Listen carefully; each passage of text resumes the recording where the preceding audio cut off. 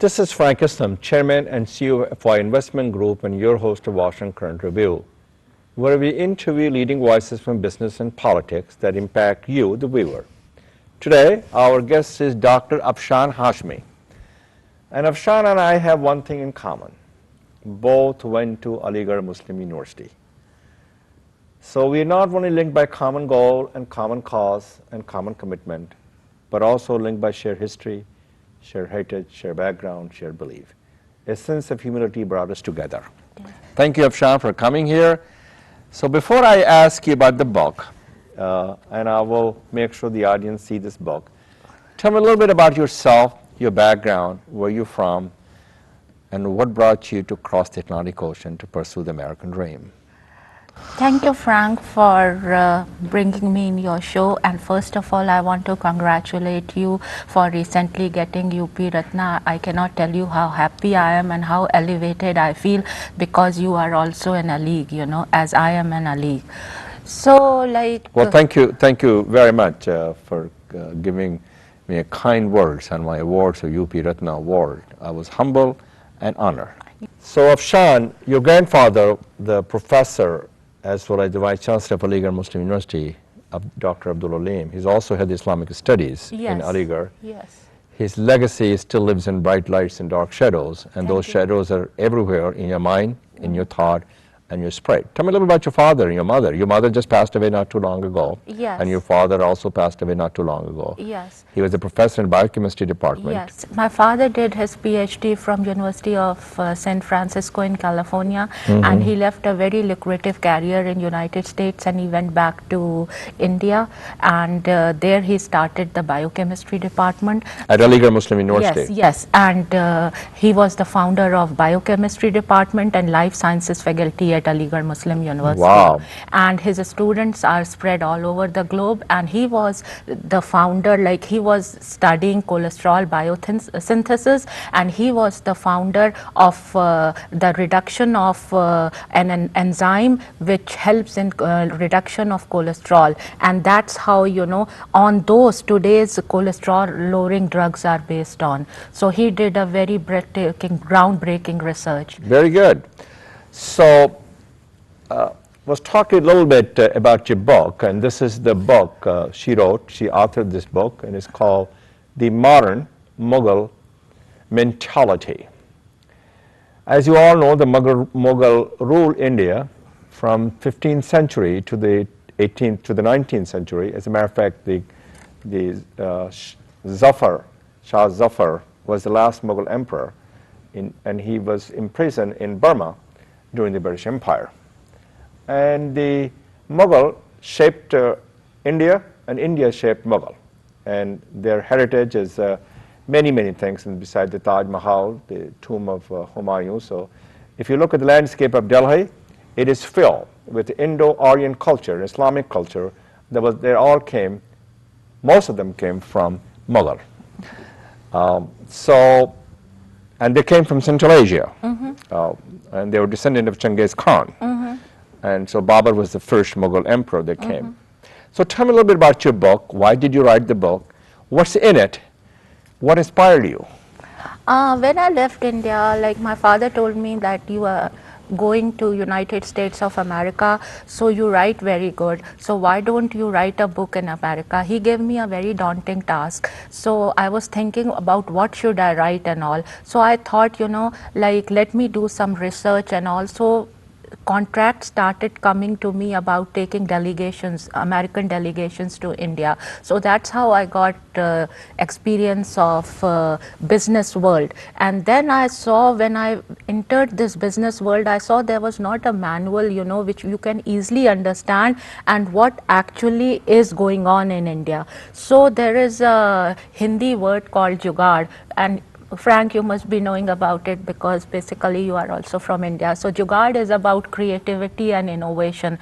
So what my idea was that why Indians are so successful like you, and there are many other Indians who are so successful in United States, you know. So what is that formula that why Indians are so successful. So I thought, this is jugaad, Americans should know about jugaad. So that's why I wrote this book. And then I thought that since Mughal emperors came to India, so I linked jugaad with Mughal emperors, that they think very high, and Indians, they think in a very big vision. So I thought, like their history influence them to be so successful in America, So that's why I wrote this book. It is also America's inclusiveness and openness that provided the ladders of opportunity for all the people, including the South Asian, to succeed. A society cannot prosper, a democracy cannot flourish, Yes. and capitalism cannot grow if it does not give opportunity to all the people, regardless Yes. of caste, creed, religion, race, and background and Yes, belief. yes. So your point is well taken, is why they're successful, they're part of the DNA. But the question that I have for you, obviously Mughal pretty much changed, as you all know, India. Everywhere you see in Delhi and all over the India, their legacy is there. Taj Mahal. Well, art and culture, Yeah. and as well as the language itself. Yes, And yes. many, many things. We inherited them, and that is our history. So the question that I have, what kind of reaction do you get from the people when you talk about the modern Mughal mentality? And when do you write this thing? You ought to, when is the best time for you to write something like a book? Which looks to me a wonderful, wonderful book. And as you can see, it has a photo of the Taj Mahal.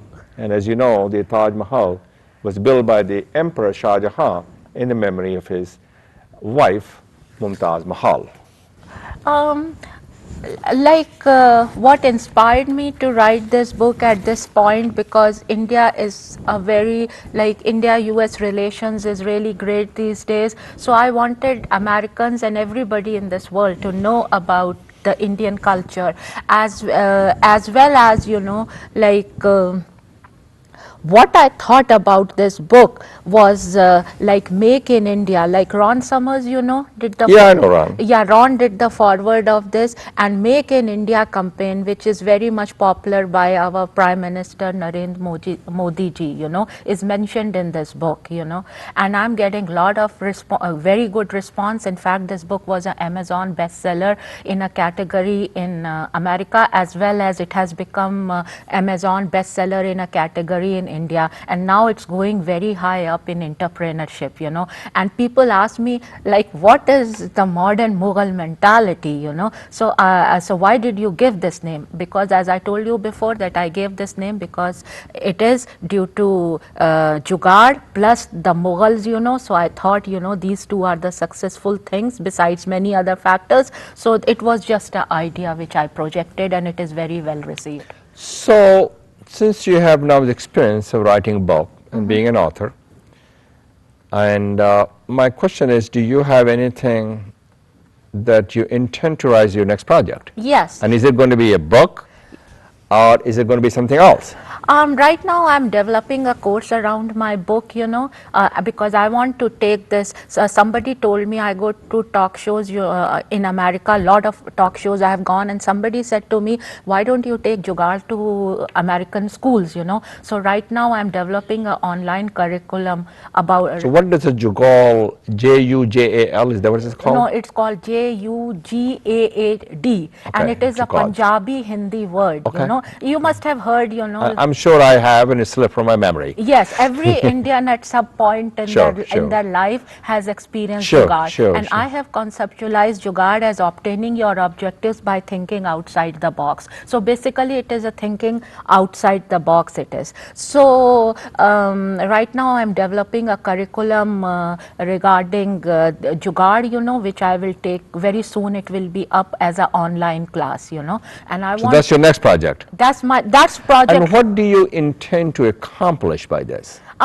What I intend to accomplish is I want to see people more successful in their business by little tweaking in their business philosophies, they can be more. So you want them to embrace Yes, jugaad. jugaad, Yes, yes. and you want to promote and propagate the message to the wider audience, including Americans and Yes. and the other people who Yes.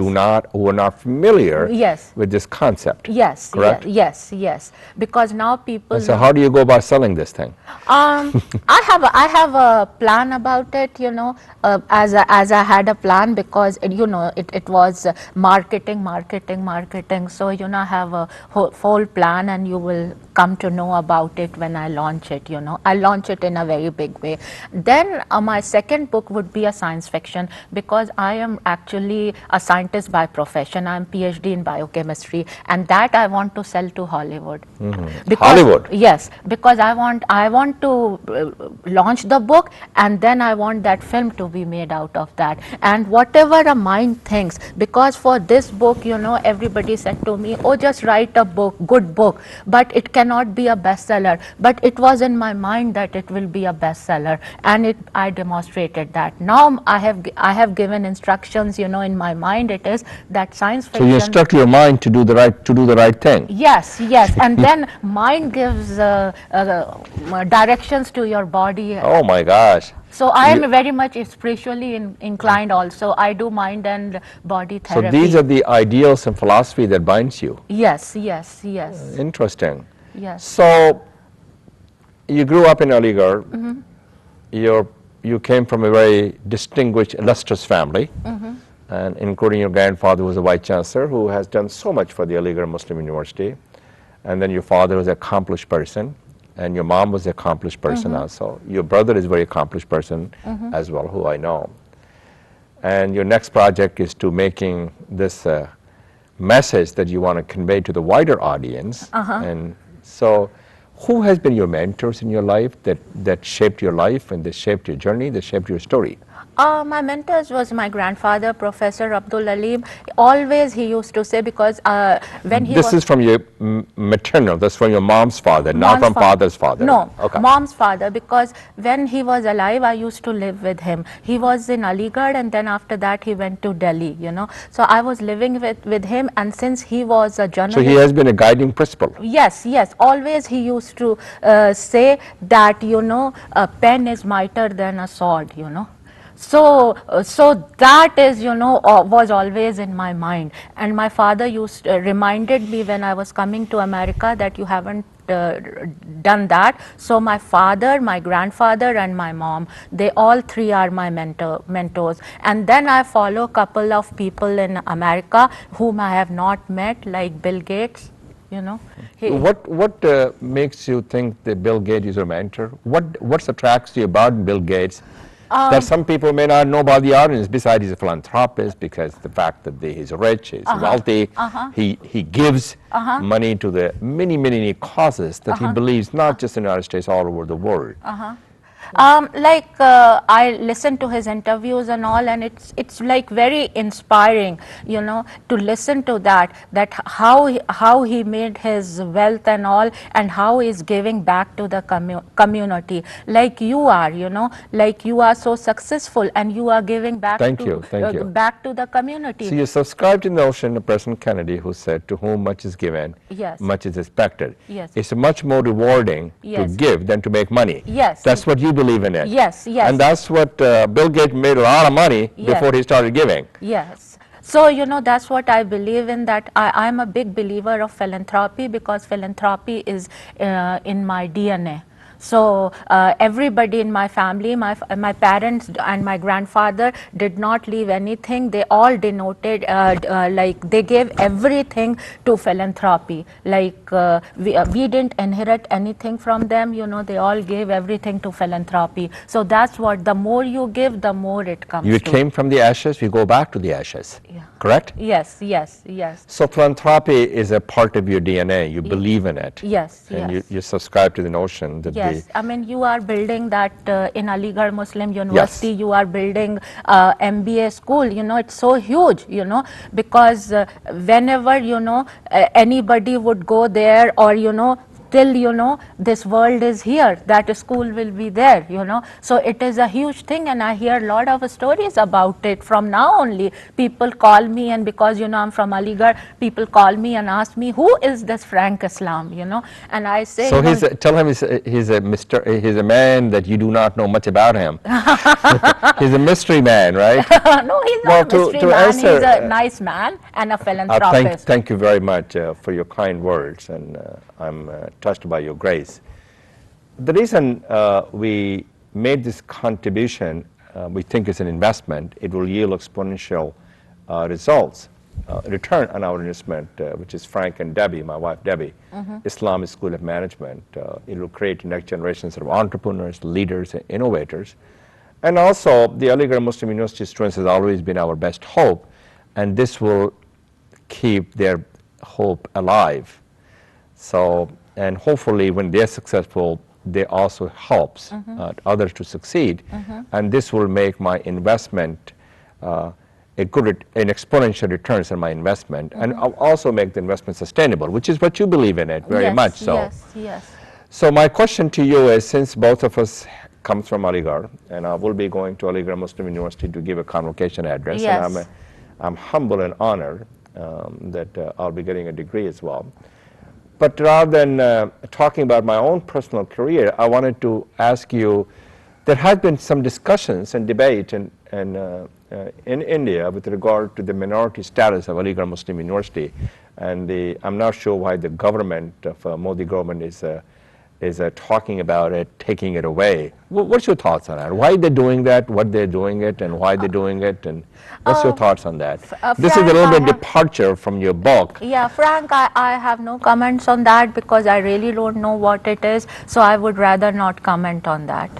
Is there anything that you want to tell the audience, the young people who wants to write a book, who wants to be author, who wants to give back to the community, who are young, budding entrepreneurs, and they are the next generations, that you have any message to give it to them? Yes, Frank. Actually, when I was writing this book, this was a very long process because it took me 10 years. 3 years I did research, and the research was going all through. And nobody, not even my family, my husband or my friends, nobody understood what I am doing because I am a biochemist. And what the hell am I doing, you know, going to library in the morning and coming in the night? But you were passionate and you're committed. Yes, committed. Committed to succeed. Committed to succeed, you know. And I felt, you know, just being a biochemist here in this country, it was very hard to get a faculty position. So I thought, you know, this is not my cup of tea, you know. Long hours and not that kind of success, you know.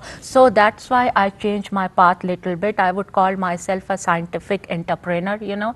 That's what the word I would give. And I little bit changed my path, and, you know, it was lot of hard work and all, and I got lot of discouragement. Oh, you won't be able to write book. Oh, you will not be able to do those. And people used to make fun of me in front of me, but I never deterred. So, you know, be on your thing, you know, be on your mission, whatever you want to do, and success will touch your feet. Success will touch your feet. So my next question to you is, there are many people in the audience today, they're young, they have the strength and the courage to continue on. They're willing to get back to the community, to our country. They want to be like you. What is the message to them so that they can be the best they can be? They exploit their fullest potential. What else do you want to tell them? Just persistent and hard work, you know, persistent and hard work always pays, and never listen to any discouragement, and never listen to any discouragement. Yes, and give your... So if you fail, you get up and go again. Move forward. Yes, move forward. So every